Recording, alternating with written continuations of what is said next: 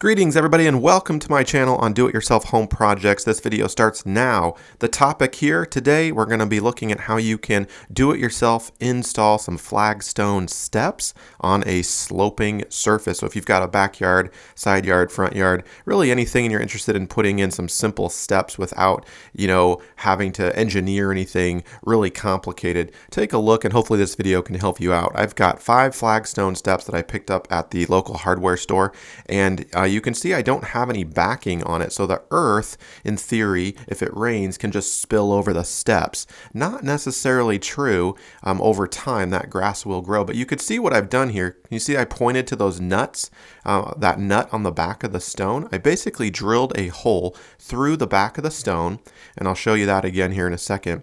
And I took a threaded rod. I'll pop some links in the description below for those.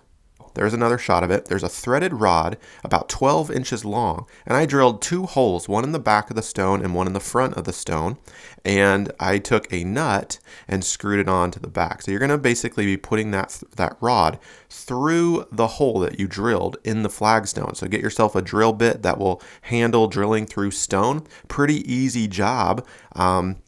And you'll just be tapping those rods through to serve as anchors. You'll want one in the front, one in the back. If you want more, go for it.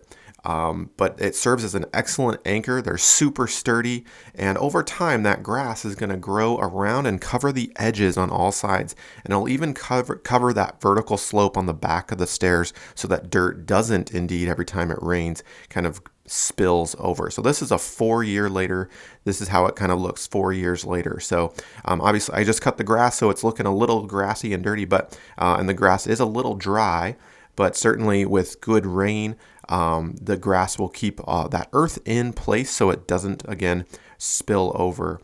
Let's take a look. I'll get on top of it and kind of bounce it around a little bit. So again, really sturdy. When you dig out your area for the stairs to go, you'll obviously want that to be parallel and flat so they don't get slick and so you don't fall if it gets wet. But this is a really simple do-it-yourself job and kind of avoids a lot of the engineering needed to do your own complicated stairs. So hopefully this video has been helpful for you. Be sure to subscribe if you're interested in more videos like this. Thanks.